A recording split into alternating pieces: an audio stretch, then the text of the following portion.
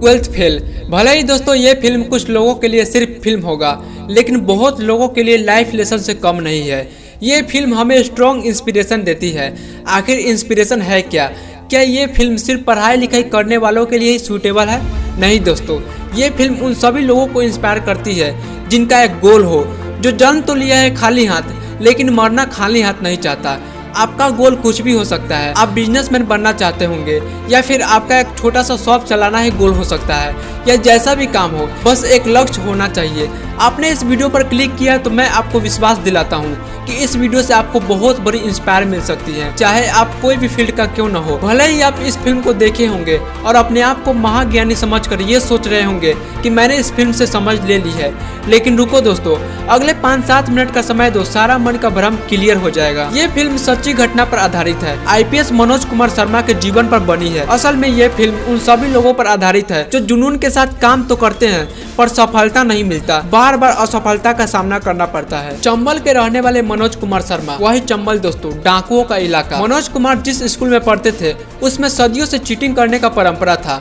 सभी बच्चे चीटिंग करके पास होते थे। इसके वजह से कोई भी बच्चा ठीक से पढ़ाई लिखाई नहीं करता था। जब मनोज का 12th का एग्जाम आया तो उसने बहुत सारे चीटिंग बनाया। दुर्भाग्य से मनोज कुमार जब एग्जाम दे रहा था उसी समय पुलिस के बड़े अधिकारी आता है और चीटिंग रोक देता है, जिसके वजह से मनोज 12th में पहली बार फेल हो गया। अगले साल जब एग्जाम आया तो सबने चीटिंग की, पर मनोज ने चीटिंग नहीं किया। सबने फर्स्ट और सेकेंड आया, लेकिन मनोज को 3rd रैंक मिली। जिस पुलिस ऑफिसर ने चीटिंग रोक दी थी उसका रैंक डीएसपी था और मनोज ने इन्हीं के जैसा बनने का ठान लिया। घर की स्थिति तो खराब थी ही, दादी की जम्मा पूंजी से ग्वालियर गया डीएसपी की तैयारी करने। दुर्भाग्य से जिस बस में बैठा था उसके बगल में एक लेडी बैठी थी। ग्वालियर पहुंचते ही उसका जमा पूंजी से भरा हुआ बैग बगल की लेडी ले चल पड़ी। मनोज के जिंदगी का मोड़ यहीं से शुरू हुआ। मनोज उस भीड़ भरा के बस स्टेशन पर बावरा हो गया। उसको कुछ समझ ही नहीं आ रहा था कि करे सो करे क्या। दादी ने उसे जमा पूंजी दी थी डीएसपी बनने के लिए। अब वो दादी को क्या जवाब देगा? घर से वो पैसा ले नहीं सकता, ना ही उसके पास मोबाइल था। एक होटल के सामने 2-3 दिन से भूखा बैठा था। एक दिन उसको भूख बर्दाश्त नहीं हुआ, उसने हिम्मत करके होटल के अंदर गया और स्टाफ से खाना मांगा। इसके बदले मनोज कुछ काम कर देने की बातें कही। मालिक ने उसे खाना दे दिया। बेचारा मनोज 2-3 दिन से भूखा था। वो इतना तेजी से खा रहा था कि बगल में बैठे यूपीएससी के स्टूडेंट उस पर हंस पड़ा। 2 मिनट में ही भरी प्लेट चट कर गया। खाने के बाद मनोज मालिक के पास जाता है और काम पूछता है, लेकिन होटल मालिक एग्रेसिव होकर बोला, कोई काम नहीं है, चला जा। अब मनोज कुमार इतना ईमानदार थे कि वह होटल मालिक से काम मांगने लगा, उनसे झगड़ा करने लगा। ये देखकर बगल में बैठा स्टूडेंट ने खाने का बिल दे दिया और अपने साथ मनोज को भी अपने टिकट के पैसे से दिल्ली ले गया। और यहीं से खेल शुरू होता है दोस्तों। यहाँ से आप ध्यान से बातें सुने। मनोज को उस लड़के ने अपने साथ रखा,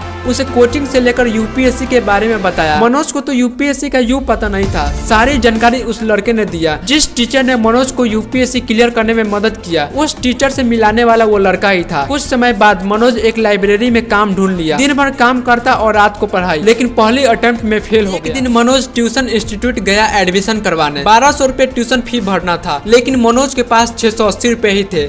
उसने रिक्वेस्ट किया कि मैं और पैसे किस्त में दे दूंगा, अभी कुछ काम कर देंगे। मनोज को यूपीएससी टॉपर के फोटो लगाने का काम दिया गया। तो अभी एक लड़की यानी श्रद्धा का एंट्री होता है। श्रद्धा भी वहाँ आती है एडमिशन लेने। एक टॉपर था जिसका फोटो मनोज कुमार को दिख गया। वो टॉपर इस कोचिंग में पढ़ा नहीं था, फिर भी उसका फोटो कोचिंग में लगाया जा रहा था। तो अभी मनोज ने काउंसलर को कहा कि मैम ये टॉपर तो कहीं और से पढ़ा है। श्रद्धा और उसके पिता वहीं पे बैठे थे। ये सुनते ही काउंसलर ने मनोज को समझाने की कोशिश किया। काउंसलर ने मनोज से कहा, फिल्म स्टार भी कहते हैं कि तंबाकू हेल्थ के लिए हानिकारक होता है, लेकिन तंबाकू का सेवन करते हैं ना।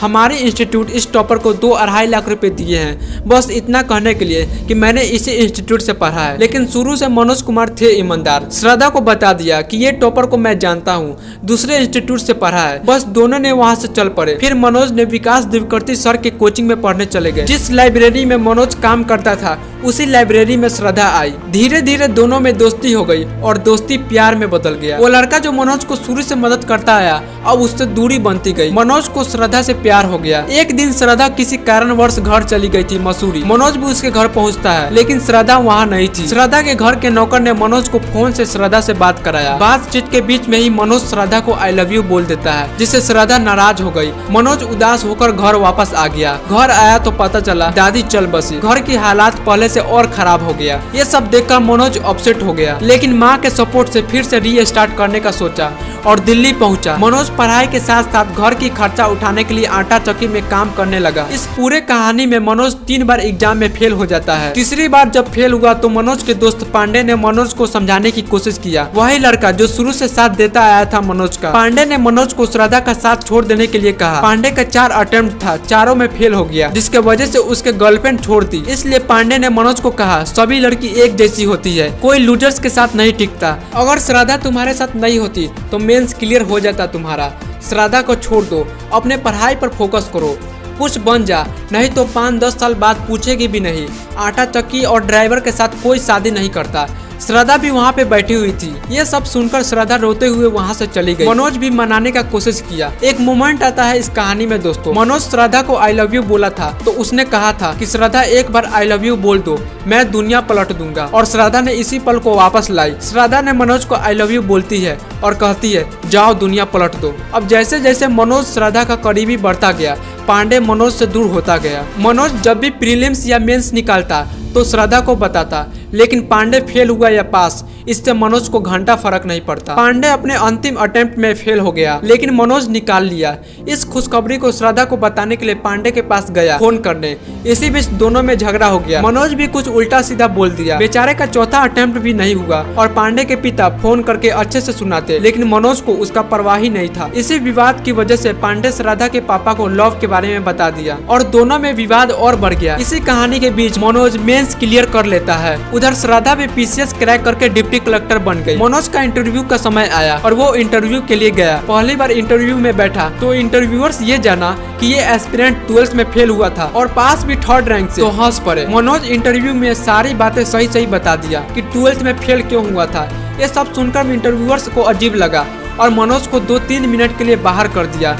फिर मनोज को बुलाया और इंटरव्यू शुरू हुआ। इंटरव्यू में मनोज सारे सवालों का जवाब ईमानदारी से दे दिया, लेकिन उसको विश्वास ही नहीं था कि मेरा सिलेक्शन हो पाएगा। रिजल्ट आने के बाद वो देखने का हिम्मत नहीं कर रहा था। श्रद्धा गई मनोज का रिजल्ट देखने। काफी ढूंढने के बाद 121 रैंक आ ही गया। श्रद्धा और मनोज का शादी हो गया। इस फिल्म से हमें बहुत बड़ी सीख मिलती है दोस्तों। एक लड़का जिसने अपने पैसे से मनोज को खाना खिलाया, अपनी पैसे से दिल्ली ले गया, मनोज को घर दिया रहने के लिए। आईपीएस का आई पता नहीं था मनोज को, सारी जानकारी पांडे ने बताया, लेकिन श्रद्धा की एंट्री से पांडे दूर चला गया। पांडे चारों अटेम्प्ट में एक में से भी प्रीलिम्स पास नहीं कर पाया।